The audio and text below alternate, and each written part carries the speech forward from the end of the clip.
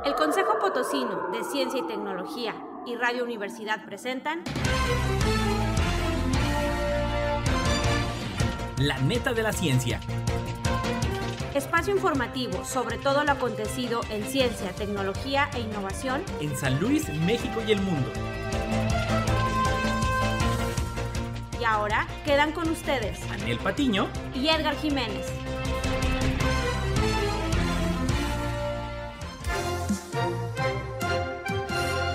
Hola, muy buenos días, con el gusto de saludarle como cada jueves. Bienvenidos a La Neta de la Ciencia, su servidor Edgar Jiménez Félix desde el Consejo Potosino de Ciencia y Tecnología. Estamos transmitiendo directamente desde Radio Universidad, el mejor noticiario de ciencia y tecnología en San Luis Potosí. Un saludo a todos los que nos escuchan a través de sus distintas las redes sociales y en los canales en el 88.5 de FM y en el 1190 de AM. Un saludo a todos los de Matehuala, allá en el altiplano potosino.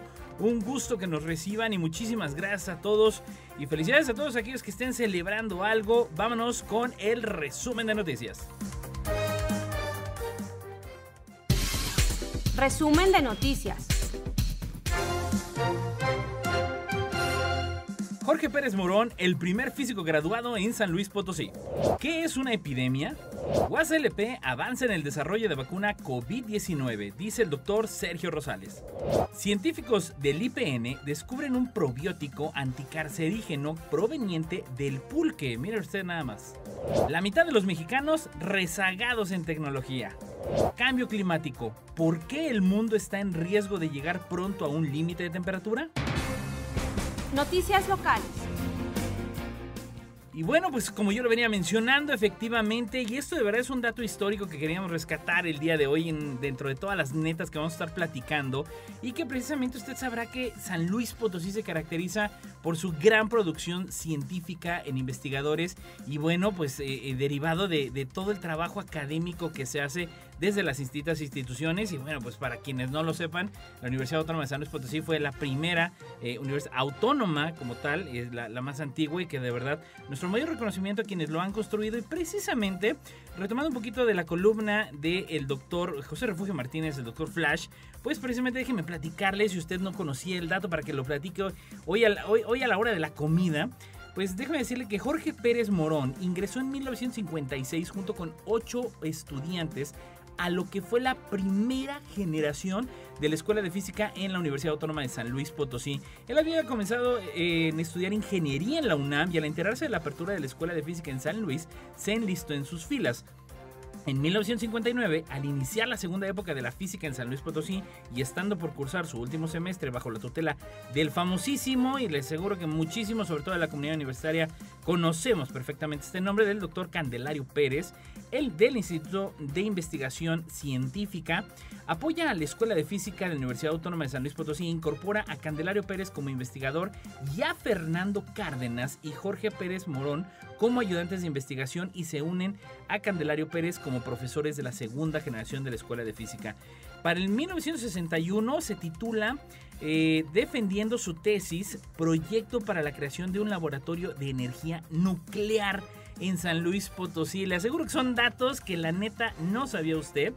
Y así convirtiéndose en el primer físico titulado en San Luis Potosí, y al poco tiempo emprende su viaje de estudios a Francia. Fíjese, no hace mucho, de hecho hace 8 días estábamos platicando precisamente de lo que fue el foro de becarios con así gobierno del estado de San Luis Potosí, que se realizó el viernes pasado.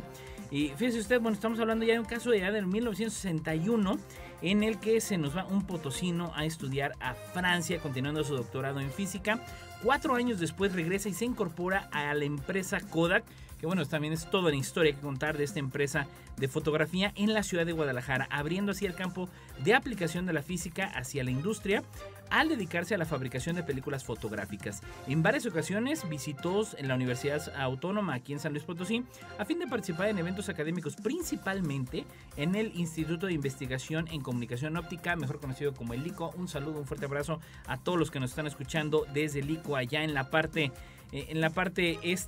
oeste de la ciudad, acá en la parte norte oeste.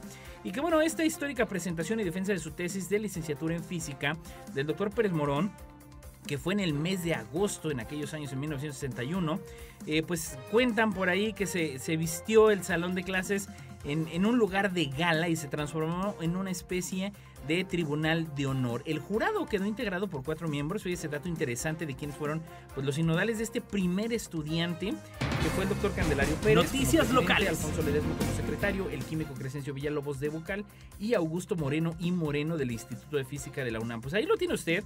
De verdad es que importante recordar un poquito lo que es la historia de quienes han construido precisamente el conocimiento en nuestro San Luis Potosí y en México, porque finalmente, bueno, pues es gente que marcó historia. No vamos lejos, también está esto que hemos platicado en algún momento, hemos comentado de Cabo Tuna, pues también el doctor Candelario Pérez, pues importante actor del desarrollo de lo que ha sido Cabo Tuna, que bueno, renace y con estos grandes esfuerzos a través del doctor Arauz, pues desde el 2018, que no bajan la guardia, que siguen impulsando desde el altiplano potosino allá en Charcas, pues de estos últimos lanzamientos que han tenido.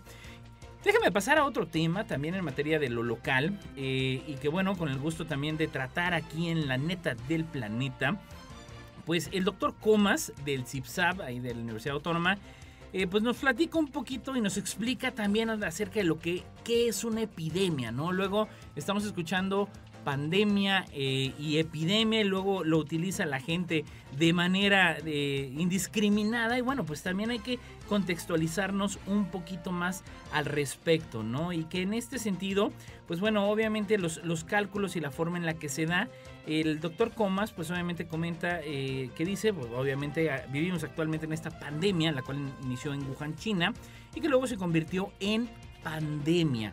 Y que indistintamente del COVID-19 a cada rato nos enfrentamos a diferentes epidemias. Pero precisamente él quiere determinar, él quiere exponer qué es una epidemia. Y bueno, él mismo plantea, si le hiciéramos una pregunta a un epidemiólogo, que precisamente es el profesional de la salud que estudia la distribución, la frecuencia y los factores determinantes de las enfermedades, seguramente respondería con la siguiente definición, que es cuando se detectan más casos de los esperados para una enfermedad en particular en un periodo de tiempo específico y en un lugar determinado. Entonces, al cumplir un poquito esta definición, implica que se debe tener, fíjese usted, información previa del comportamiento, es decir, en términos de tiempo, qué tan rápido, qué tan lento se va diseminando pues la enfermedad, y también en términos geográficos, es decir, qué tanto espacio geográfico va cubriendo pues el proceso del contagio, ¿no? Y entonces, que en este sentido, sin importar si es en qué país, en qué región, estado o ciudad, en cierto momento del año existen números de casos que serían los esperados, es decir, ya calculan los epidemiólogos en decir, pues vamos a llegar a tal número, ¿no? Lo que se calculaba, y recuerden, por ahí, inclusive las autoridades de salud de nuestro país decían, calculaban ciertos números de contagio y hacían ciertas proyecciones, ¿no? Pero bueno, en este sentido, para los epidemiólogos, el hecho de que ellos van trazando, que dicen a determinadas semanas, pues se van presentando casos entre el 5, el 25, 50, 75, 95% que pudieron haber ocurrido. Pero si se llega a tener más del 75% o del 95%, pues entonces ahí se tiene un brote o epidemia. Si el número de casos se tienen por debajo de ese límite, pero de manera continua, entonces estamos llamando algo que se llama endemia, es decir, que queda de alguna manera circunscrito dentro de una región, y que bueno, este viene a ser un método bastante sencillo que se utiliza de manera rutinaria, pero que bueno, aquí depende mucho de la cuestión de los registros. Fíjese usted también cómo cuenta el aspecto de documentar y de ir registrando pues todos estos aspectos de la enfermedad. Entonces aquí pues obviamente el doctor, como dice, deberíamos de preguntar un poquito a las matemáticas, y nos dirían que un brote se da cuando ocurren rápidos o se dan cambios muy rápidos, es decir, no lineales para los matemáticos, tanto en el número de infectados como en el tamaño de la población viral, es decir, que de repente hay unos cuantos enfermos y ¡pum!, se dispara, ¿no? Se va para arriba la cantidad en términos del espacio que cubren los enfermos y de la velocidad con la cantidad de que van apareciendo estos enfermos, obviamente. Entonces, rápidamente pasamos de tener pocos casos a muchos casos de, obviamente, personas enfermas, y podemos detectar con mayor frecuencia ese patógeno que lo causa. Entonces, bueno, pues finalmente, para entender esta definición, habría que explicar que bajo el concepto de una epidemia, tiene cuatro momentos, explica el doctor Comas. El primero de ellos, hay pocos individuos infectados y la transmisión persona a persona del patógeno es al azar. Sí, que en este sentido, bueno, en el caso de la epidemia del COVID-19 en México, pues esto duró alrededor de entre 20 a 26 días. Posteriormente, la cantidad de virus o de infectados pues rompe un umbral y entonces se da el segundo momento, que se conoce como crecimiento exponencial. Durante este crecimiento, pues bueno, la población se va contagiando rápidamente y a esta velocidad depende obviamente pues de muchas cosas, pero sobre todo en cuánto tiempo tarda una persona infectada en contagiar y cuánto tiempo dura contagiado.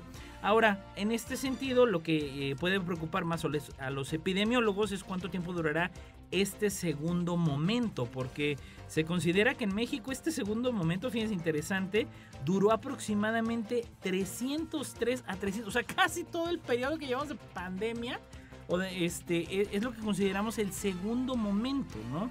Y de aquí, bueno, pues ya pasa a las siguientes etapas, ¿sí? Que es un momento de saturación en cuanto se va diseminando pues la enfermedad, y entrando ya a la última parte, obviamente, de esta etapa, que se conoce como la parte final, no quizá de la epidemia, el cual puede ser la desaparición por completo de la epidemia, y en un primer panorama la epidemia se puede convertir en endemia, es decir, se reduce la cantidad de contagiados, se reduce la población, y eso permite pues obviamente un mayor control de las condiciones hasta el momento en que puedas tener un panorama que va desapareciendo.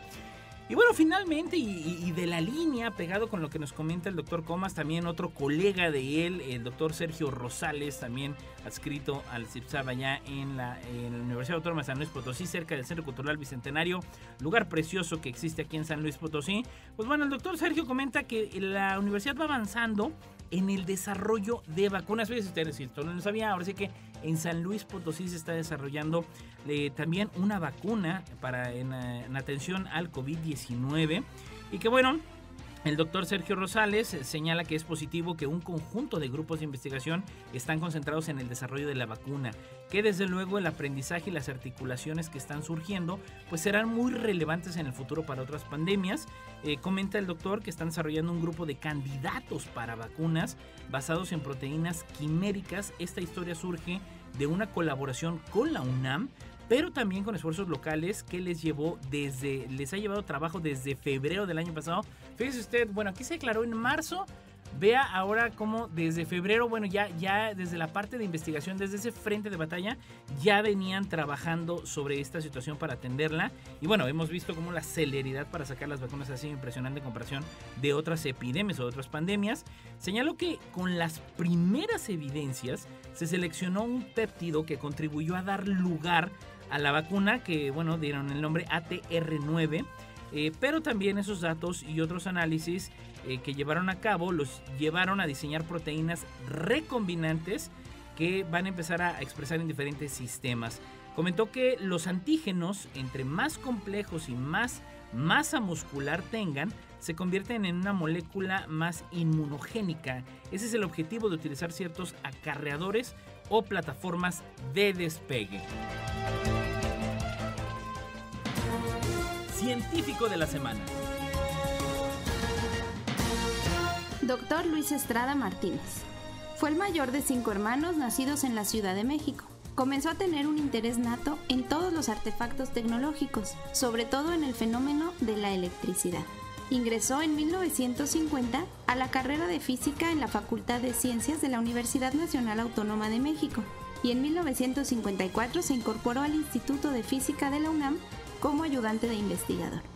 Cursó el doctorado en la Facultad de Ciencias y en 1958 se especializó en física nuclear en el Instituto Tecnológico de Massachusetts. Además, en 1967 inició actividades de divulgación, fundando el Boletín de la Sociedad Mexicana de Física y más tarde la revista Naturaleza, marcando un parteaguas para la divulgación de la ciencia en México.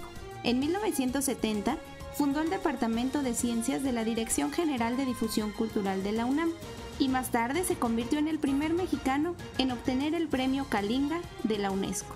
En 1977 fundó el Programa Experimental de Comunicación de la Ciencia que se transformaría 3 años después en el Centro Universitario de Comunicación de la Ciencia. En 1990 estuvo entre los fundadores de la Sociedad Mexicana para la Divulgación de la Ciencia y la Técnica, de quien recibió el Premio Nacional de Divulgación de la Ciencia y la Técnica en 2011. El Dr. Luis Estrada Martínez fue miembro titular del Seminario de Cultura Mexicana de 1988 a 2009 y se desempeñó como investigador del Centro de Ciencias Aplicadas y Desarrollo Tecnológico de la UNAM, donde utilizó tecnologías de la información y comunicación para aplicaciones en la divulgación científica. Se caracterizó por experimentar con nuevas formas de realizar divulgación y defendió una concepción de la comunicación pública de la ciencia como una labor académica que no puede improvisarse y que es de la mayor relevancia para la promoción de la actividad y la cultura científica y el bienestar nacional. Su misión podría resumirse en el entendimiento de la divulgación de la ciencia como una labor cultural. No importa en qué parte del mundo estés, recuerda sintonizarnos en la web radioytelevisión.uaslp.mx. Noticias nacionales. Pues en las nacionales, precisamente, déjenme platicarle, y esto, a aquellos que sean adeptos al pulque, pues déjeme decirle que científicos del Instituto Politécnico Nacional y el INRAE, y la verdad es que no me atrevo a hacer la pronunciación en francés porque si no hasta yo mismo me voy a chamaquear, de Francia, obtuvieron la patente internacional por el descubrimiento de una bacteria ácido láctica proveniente del pulque. O sea, no nada más el mexicano le estamos dando al pulque, sino también está trabajando con los franceses, la cual posee propiedades anticancerígenas. Esto está interesante porque de alguna manera a través de el mismo trabajo con la naturaleza, pues se va dando para combatir algunos de los males que tenemos hoy en día en nuestra sociedad. Y bueno, los investigadores María Elena Sánchez Pardo de la Escuela Nacional de Ciencias Biológicas y Edgar Torres Maravilla, egresado de la misma escuela, junto con Luis Bermúdez Humarán, egresado de la Universidad Autónoma de Nuevo León y director de investigación del INRAE, así como Laguet Philippe del INRAE, descubrieron que la bacteria ácido láctica Lactobacillus brevius inhibe la proliferación de células de cáncer de colon hasta en un 40%. Perdón, esto es una chulada, déjeme decirle. Digo, yo sé y entiendo que está en una fase de investigación, está en una fase de desarrollo apenas. Digo, falta toda esa cuestión de transferencia tecnológica. Pero bueno, creo yo que puedan ser señales muy, muy interesantes de los avances que se están haciendo. El investigador Sánchez Pardo señaló que la patente internacional compartida entre el IPN y el INRAE, con el número que refieren, tiene su origen en las investigaciones que ella comenzó desde el 2014. Fíjense cómo pues, aquí se demuestra el trabajo científico de investigación, pues lleva su rato, lleva su trabajo. Y en conjunto con el doctor Bermúdez Humarán, pues bueno, iniciaron este estudio del potencial probiótico de las bacterias ácido-lácticas contenidas en esa bebida, en el pulque. Además, han estudiado otras bebidas tradicionales mexicanas. Ay, perdón, ya ando pasando saliva. Se me antojó ahorita el pulquecito, mi querido Lalo. Aunque el avance con los probióticos del pulque han sido mayores. De 20 cepas que aislaron del Saxleliofociado, que es el sedimento del pulque, para acabar pronto, fue la que probó la mejor actividad para bloquear eficaz y específicamente la proliferación de las líneas celulares tumorales. Así que interesante, hay que darle seguimiento a esto de lo que están trabajando los científicos en pro de combatir el cáncer y bueno, pues en ese sentido con el pulque, ¿no? La verdad, neta que está padre esto, está muy muy interesante, corre la voz, digo, no, nada de que ahorita, ay, pues me voy a ir a surtir un vasito de pulque, no, para nada, mejor esperemos a ver qué nos dicen los investigadores y como bien dicen, todo con medida. En otros temas, déjame decirle, la mitad de los mexicanos rezagados en tecnología desde el sur de México declaran que la recomendación que cambió al mundo para combatir el virus que lleva más de un año viviendo entre la humanidad fue, pues usted lo vivió, todos lo vivimos, todos a casa y no salgan ni para estudiar o trabajar. Todo se volvió videoconferencias y trabajo de los oficinistas y todas las actividades se ajustaron a este nuevo modelo de trabajar en casa, ¿no? Sin embargo, déjenme platicarle que en México, de acuerdo con datos del INEGI, al menos 40% de la población no tiene acceso a internet en su casa. Digo, también no vamos a tapar el sol con un dedo de aquellos que dicen, no, pues rápidamente me adapté. Entendamos que hay un gran grueso de la población que, bueno, pues no tiene esa fortuna quizá de conectividad y obviamente pues se enfrentan a una desventaja tremenda en la que 4 de cada 10 mexicanos existen o están en un analfabetismo digital. Esto de acuerdo con la OCDE. Hasta el año pasado en el país había 63 millones de mexicanos entre 15 y 65 años que no contaban con los conocimientos que les permitían desarrollarse en un entorno digital. Así que, bueno, según estudio, México perdió 5 sitios. Fíjense, interesante esto debido a que las deficiencias y bueno, en el índice del ranking de competitividad digital del Centro de Competitividad Mundial del Instituto Suizo, el IMD, en el que, bueno, debido a las deficiencias en el marco regulatorio, la calidad de la infraestructura, ojo para aquellos también que están ahorita pues a punto de estar postulándose para un puesto de elección popular. Algunos datos interesantes: deficiencias del marco regulatorio. Esto implica también cuestiones de política pública. La calidad de la infraestructura y las bajas inversiones en tecnología, así como, ojo, también acá toda la banda que andamos en la education, así como problemas de educación y capacitación para utilizar los medios digitales. Ojo, educación y capacitación para los medios digitales. Estos problemas se ahondaron debido a que hay un bajo gasto de gobierno en educación, la baja accesibilidad a la educación superior, así como la falta de mujeres con altos grados educativos llamado, fíjese cómo es transversal y se va conectando. Aquí la relación de las mujeres, la participación de las mujeres con altos grados de especialización también vino a afectar esta situación. Así que un llamado importante, un llamado muy importante para todos aquellos que son tomadores de decisión y nosotros también como sociedad, el exigir, el demandar y el hacer precisamente este llamado en que deba de haber infraestructura, deba de desarrollarse las capacidades, las habilidades en cuanto a la digitalización, en cuanto a las competencias precisamente de uso de la tecnología. ¿Para qué? Para que no nos quedemos atrás, para que nuestro México, para que nuestro San Luis siga trabajando. Noticias internacionales. Y bueno, entrando precisamente a la última nota de esta neta del planeta, de la neta de la ciencia el día de hoy, que bueno, déjeme decirle, hablando precisamente de planeta, cambio climático, ¿por qué el mundo está en riesgo de llegar pronto a un límite de temperatura? Y déjeme decirle que bueno, es cada vez más probable que se alcance un límite de temperatura global clave en uno de los próximos 5 años.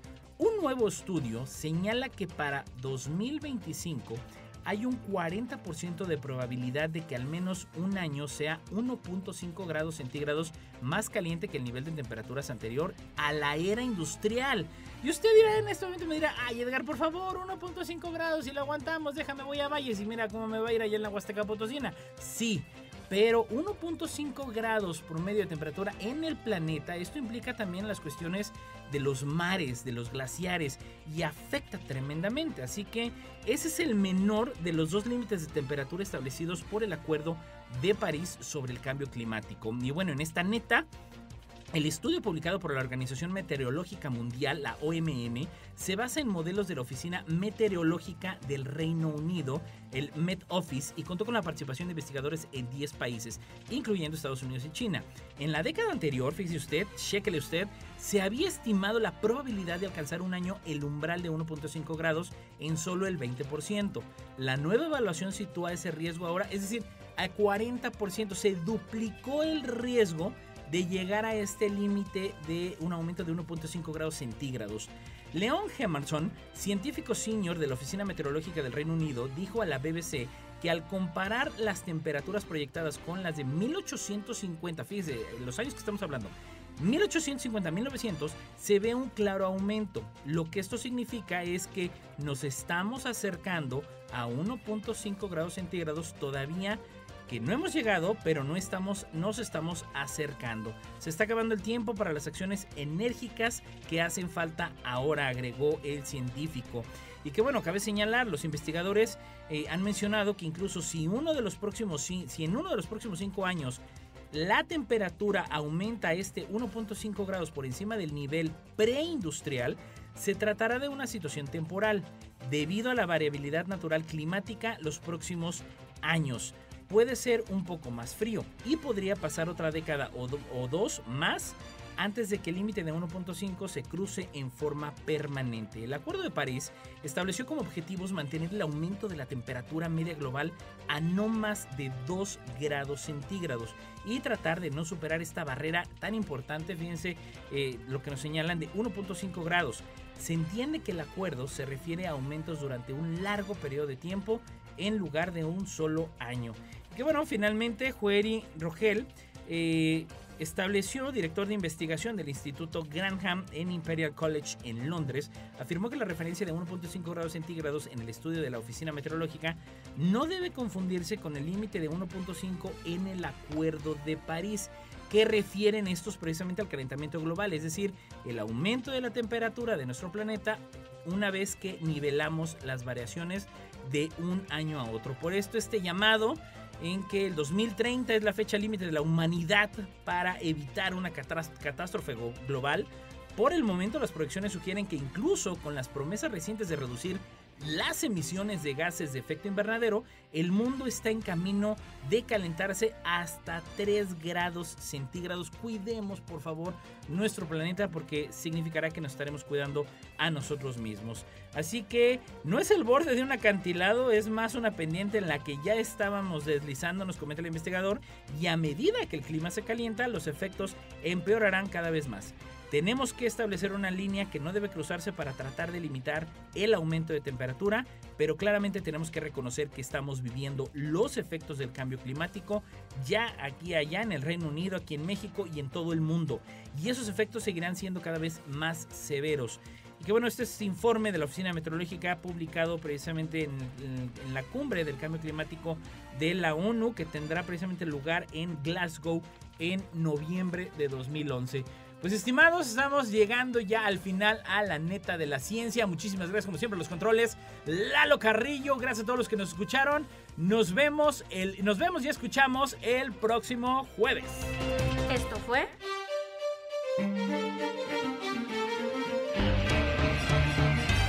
La neta de la ciencia. Noticiero de ciencia, tecnología e innovación. Presentado por el Consejo Potosino de Ciencia y Tecnología y Radio Universidad. Con Anel Patiño y Edgar Jiménez.